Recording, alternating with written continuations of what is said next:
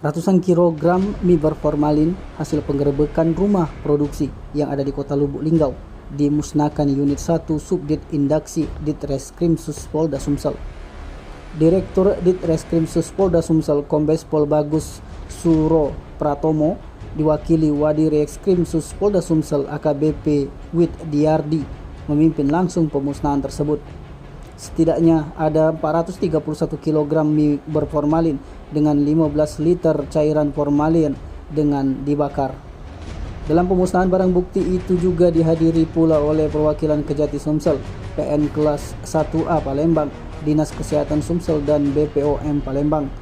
Menurut AKBP Wid Diardi, BB mie basah berformalin berikut cairan formalin ini merupakan hasil ungkap kasus penggerebekan pabrik mie di Jalan Kenanga 1, lintas Kelurahan Senalang, Kecamatan Lubuk Linggau 2, Kota Lubuk Linggau.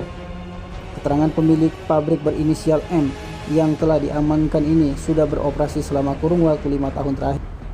Dengan dilaksanakannya pemusnahan mie berformalin ini diharapkan dapat menjadi contoh agar masyarakat atau konsumen lebih berhati-hati dalam membeli mie basah di pasar.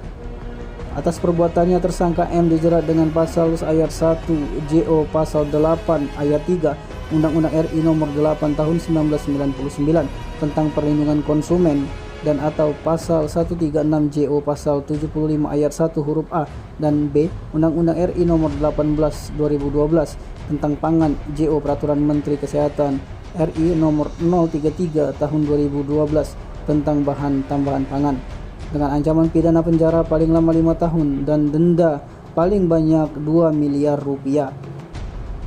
Untuk diketahui, saat tim penyidik Subdit 1 Tipit Indaksi Ditreskrimsus Polda Sumsel melakukan penggerebekan sebuah pabrik mie kuning yang proses pengolahannya menggunakan zat berbahaya. Dalam penggerebekan itu, polisi menangkap pemiliknya berinisial M dan mengamankan 500 kg mie yang sudah siap dipasarkan. Kasubdit Tipit Indaksi AKBP Hadi Wijaya menyebutkan pengungkapkan ini setelah pihaknya menerima laporan dari masyarakat. Saat dilakukan penggerebekan itu juga pabrik pengolahan mie kuning tengah beroperasi.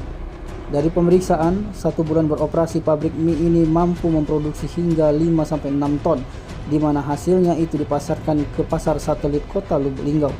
Dari interogasi sementara terhadap M selaku pemilik pabrik, mie berformalin dicampur boraks itu sudah beroperasi selama 5 tahun dan pemilik mencampuri mie dan berformalin serta boraks kurang lebih 3 tahun. Tim Liputan Sumsel BTV melaporkan.